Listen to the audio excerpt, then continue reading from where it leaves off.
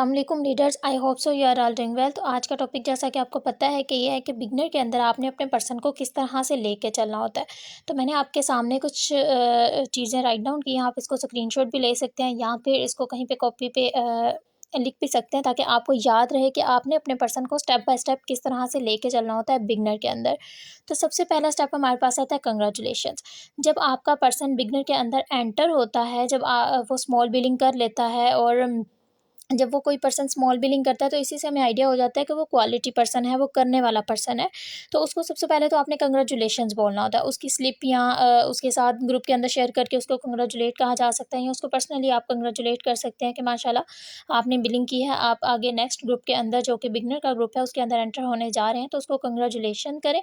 और जब आपका पर्सन ग्रुप के अंदर एंटर हो जाए तो वहाँ पे भी उसका अच्छे से वेलकम करें, ताकि वो प्राउड फील करे और उसे अच्छा लगे कि हाँ, वो नेक्स्ट ग्रुप के अंदर शामिल हो गया है। जब आप उसका अच्छे से कंग्रेचुलेशन कर लें, उसके बाद आपने उसके साथ सेशंस की जो टाइमिंग होती है वो लाज़मी सेंड करनी होती है। आप अपने पर्सन को ग्रुप के जो भी रूल्स होते हैं वो पहले बताएँ, एंड देन उसको सेशन की टाइमिंग के बारे में बताएँ कि ये टाइमिंग पे आपके सेशंस आने वाले हैं और इस टाइम पे आपने रेडी रहना है। अगर आप उसे टाइमिंग्स नहीं बताएँगे तो ऑब्वियसली उसे नहीं पता होगा कि उसने किस टाइम एक्टिव रहना है। तो बाज़ औक़ात होता है हम पर्सन को बता देते हैं कि एक दिन में आपके 3 या 4 जितने भी आपके सेशन आते हैं, आपके इतने सेशन आएँगे, लेकिन वो उसे टाइमिंग नहीं बताते। तो अगर हम टाइमिंग नहीं बताएँगे तो वो सारा दिन वेट तो नहीं करेगा ना, ज़ाहिर-सी बात है, उसके पास अपने भी कोई काम होते हैं, हर कोई ज़िंदगी में बिज़ी होता है।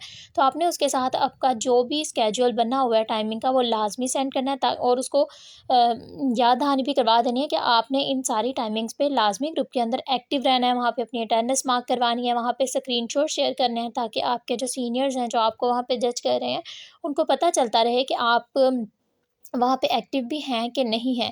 जब आप उसको सेशन की टाइमिंग दे दें, उसके बाद मोस्ट इम्पोर्टेंट थिंग जो आपने उसको गाइड करनी है वो ये है कि आपने उसको बताना है कि आपने जब-जब सेशन देखना है, टाइम पे देखना है, और देखने के बाद आपने रिव्यूज़ लाज़मी शेयर करने हैं।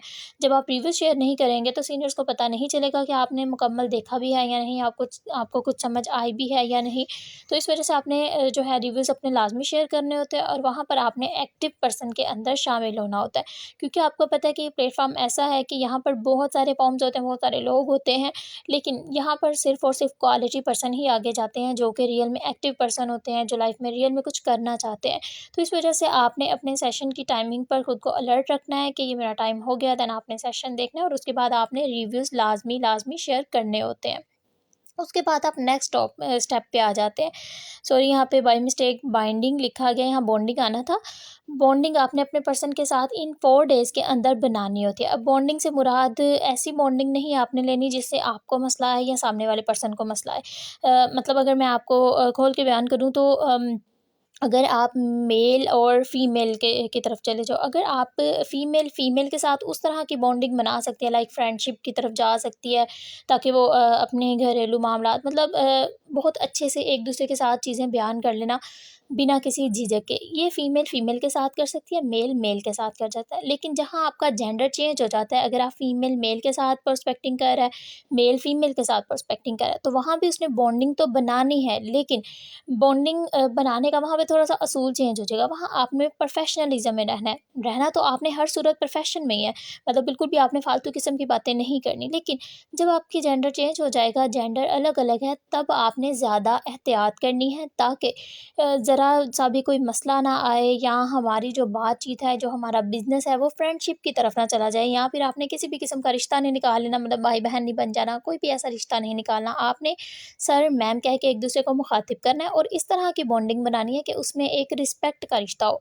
वो आपकी रिस्पेक्ट करे और आप उसकी रिस्पेक्ट करें, ठीक है? और दोनों को अपनी हदूद का पता हो कि मैंने अपने पर्सन के साथ किस तरह से बात करनी है। अगर आप उसको इज़्ज़त देंगे तो ज़ाहिर-सी बात है, सामने वाला भी आपको इज़्ज़त देगा, ठीक है? बॉन्डिंग का मतलब ये नहीं होता कि आपने उसके साथ सारा दिन बातें करनी है, या उसके साथ फ्रेंडशिप्स निकाल लेनी है, रिश्ते निकाल लेने हैं, नो। बॉन्डिंग का मतलब है कि एक-दूसरे का इज़्ज़त हो, एक-दूसरे के ऊपर ट्रस्ट हो, आप दोनों एक-दूसरे के साथ कोई भी बात शेयर कर सकें। अगर उसको कोई मसला आ रहा है, उससे कोई लिंक जॉइन नहीं हो रहा, वो रिव्यूज़ नहीं दे पा रहा, उसको मतलब घर में कोई भी मसला आ गया है, कुछ भी हो रहा है या उसे कोई चीज़ समझ नहीं आ रही, तो वो आपसे ईज़िली डिस्कस कर सके। इतनी आपके अंदर बॉन्डिंग होनी चाहिए कि आप एक-दूसरे से कुछ भी कह सकें।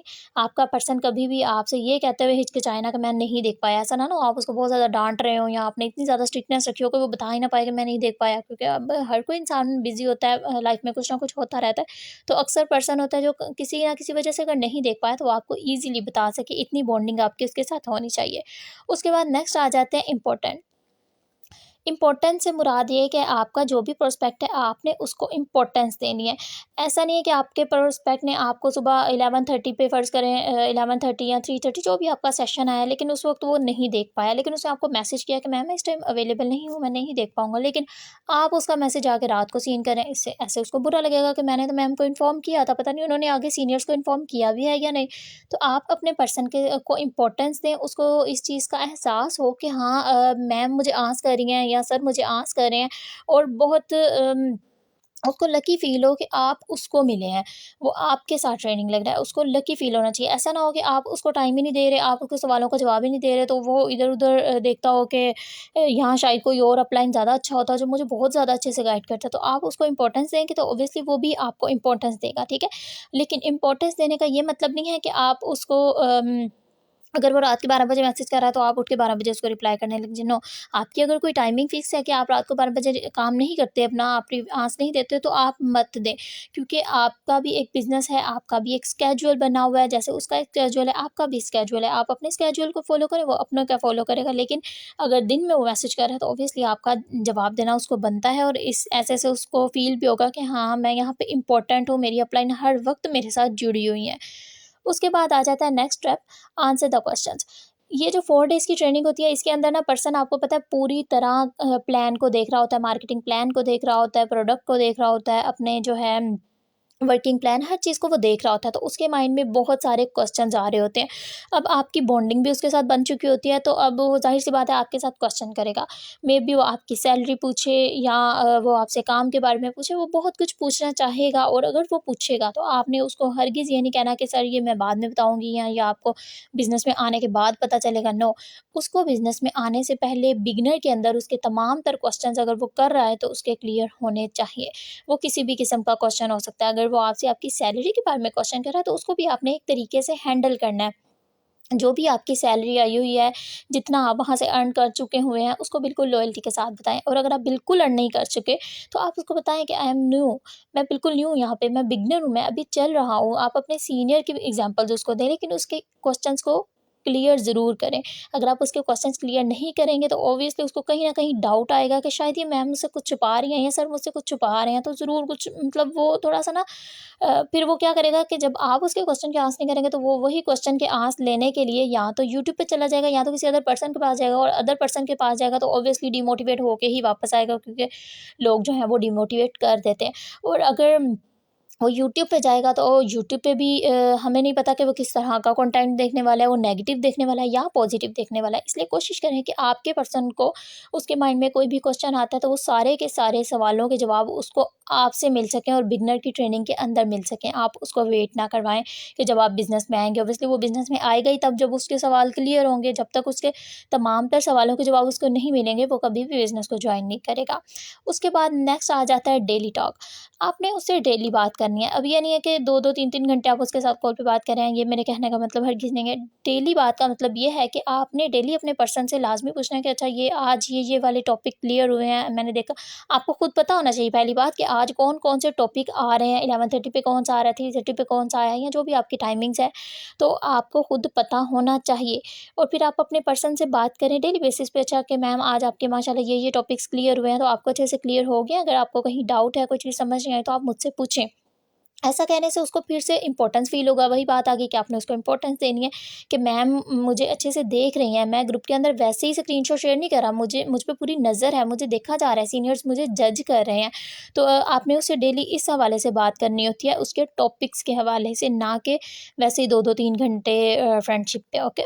नेक्स्ट हमारा आ जाता है most important step, senior approach. जब आपके पर्सन को 2 से 3 दिन गुज़र जाएँ बिगिनर ग्रुप के अंदर, तब आपने उसकी एक सीनियर अप्रोच करवानी होती है। सीनियर अप्रोच का मतलब है कि आपके जो भी सीनियर हैं, आपकी अपलाइन हैं, या अगर आपकी अपलाइन अवेलेबल नहीं है किसी भी रीज़न की वजह से, तो आपकी सीनियर अपलाइन अवेलेबल होंगी।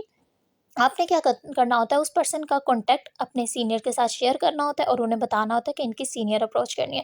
और जब आपने ये काम करना है ना, तो उसी वक़्त आपने अपने पर्सन को भी बताना है कि मेरी एक फ़लाँ-फ़लाँ सीनियर हैं, जो भी उनकी आप हाइप क्रिएट कर सकते हैं, उनकी हाइप क्रिएट करें खुद से कि माशाल्लाह वो इस लेवल पे वर्क कर रही हैं, बहुत हमारी ग्रेट लीडर हैं।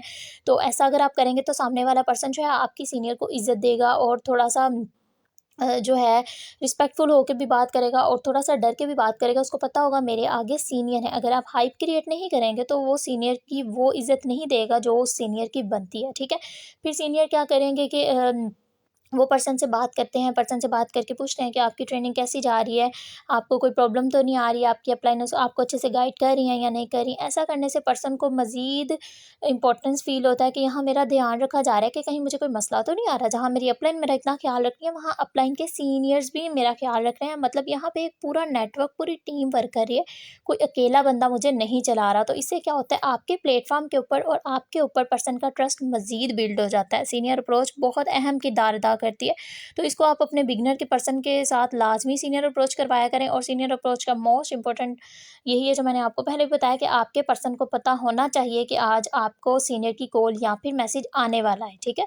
ऐसा ना होना कि वो अननोन नंबर देकर इग्नोर कर दे और यहाँ तो फिर आपके सीनियर की इंसल्ट कर दी ना इग्नोर करके। तो मेक श्योर करें कि वो आपका जो पर्सन है वो सीनियर को इग्नोर नहीं करने वाला। उसको पहले ही बता दें कि अननोन नंबर से, या तो नंबर शेयर कर दें या बता दें कि अननोन नंबर से आपको मैसेज या कॉल आएगा, आपने लास्ट में रिसीव करना है।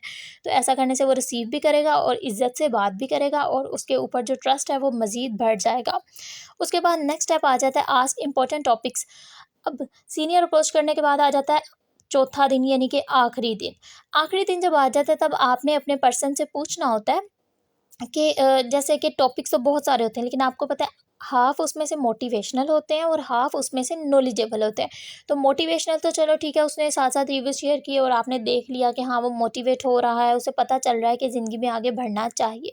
लेकिन कुछ टॉपिक्स ऐसे होते हैं जो कि अगर वो लिखेगा नहीं तो वो भूल जाएगा, अगर वो याद नहीं करेगा तो वो भूल जाएगा।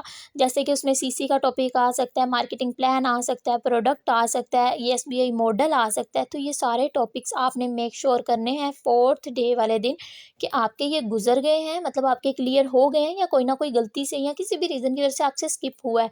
उससे अलग-अलग टॉपिक्स के नेम लेके पूछें कि मैम या सर आपको एक्टिव और पैसिव इनकम क्लियर हो गया है? आपको ये एसबीआई मॉडल का टॉपिक गुज़र गया, क्लियर है आपको? सीसी के बारे में क्लियर है? मार्केटिंग प्लान क्लियर है? ये नहीं बताना कि ये क्वेश्चन पूछे जाएँगे, ये नहीं बताना, लेकिन उसको आपको पता होना चाहिए कि जो-जो क्वेश्चन में भी पूछे जा सकते हैं इंटरव्यू में, वो उसको होने चाहिए, पता होना चाहिए। ऐसा ना हो कि उसने वो टॉपिक ही ना देखा हो और आप बिना किसी पूछताछ के डायरेक्ट उसको इंटरव्यू में ले जाएँ और बाद में वो बिल्कुल बंदा ब्लैंक बैठा हो और फिर आपको समझ ना आए कि मैं अब कितने नंबर दूँ, इसने तो बिल्कुल ही नहीं बोला वहाँ पे। इसलिए ये चीज़ें आपने पहले खुद बिगिनर के अंदर देख लेनी है कि उसको हर चीज़ क्लियर हो चुकी है, और जो चीज़ उसको क्लियर नहीं हुई, तो आप उसको फिर से वो सेशन प्रोवाइड करते हैं। जैसे कि उसका ईएसबीआई मॉडल का फ़र्ज़ करें टॉपिक छूट गया था या किसी भी रीज़न की वजह से स्किप हो गया, तो आप उसको प्रोवाइड कर दें कि ये देख लें। और कुछ पर्सन ऐसे होते हैं जो टॉपिक से ज़्यादा अच्छा समझते हैं और कुछ पर्सन ऐसे होते हैं जो आपसे सीखना चाहते हैं। तो आप उनको वॉइस पर भी पूरी की पूरी गाइडलाइन दे ऐसा नहीं कि सेशन नहीं देना, सेशन दे दें उनको, लेकिन सेशन के साथ आप खुद से भी उसको गाइड करें। जैसे कि ईएसबीआई मॉडल अगर आप अपने पर्सन को खुद से एक दफ़ा समझा देते हैं ना, तो पूरी ज़िंदगी के लिए उसके माइंड में बैठ जाता है, क्योंकि वो बहुत ईज़ी टॉपिक है, बहुत छोटा-सा है, लेकिन सेशन के उसको बहुत ज़्यादा डीप बयान किया गया है। तो जब वो देखता है, उसके बाद आप खुद भी उसको समझाते हो, तो वो बहुत ज़्यादा पक्का उसके माइंड में बैठ जाता है और उसको पता चल जाता है कि बिज़नेस में और एम्प्लॉयमेंट में क्या फ़र्क है और दोनों में कितना कितना किसमें फ़ायदा है, उसको अच्छे से क्लियर हो जाता है, ठीक है। ये सारी चीज़ें जब आप उसकी करवा लें, उसके बाद आ जाता है इंटरव्यू प्रिपरेशन। जब आपको पता चल गया उसके उसके इंपॉर्टेंट टॉपिक्स हो गए हैं, फिर आपने इंटरव्यू की भी थोड़ी सी प्रिपरेशन कर लेनी है कि मैम अच्छा आपसे ये क्वेश्चन पूछा जा सकता है, ये मोस्ट इंपॉर्टेंट है, ये अक्सर पूछा जाता है। ये नहीं कहना कि ये पूछा जाएगा, आपने कहना ये अक्सर पूछा जाता है, ये बहुत इंपॉर्टेंट टॉपिक है, क्योंकि ये लाजमी क्लियर होना चाहिए। तो आपने इस तरह से मतलब खुद से थोड़ा बहुत ना हिसाब लगा लेना कि मेरा पर्सन बिगनर में इंटरव्यू में जाने के काबिल हो भी गया है या इसमें कोई कमी रह गई है। जब आपको मेक श्योर हो जाए कि हाँ, अब ये रेडी है, तो उसके बाद आप आ जाएँ इंटरव्यू पर। जब आप इंटरव्यू करवा लें, उसके बाद आप उसका रिज़ल्ट शेयर करें बिगिनर ग्रुप के अंदर।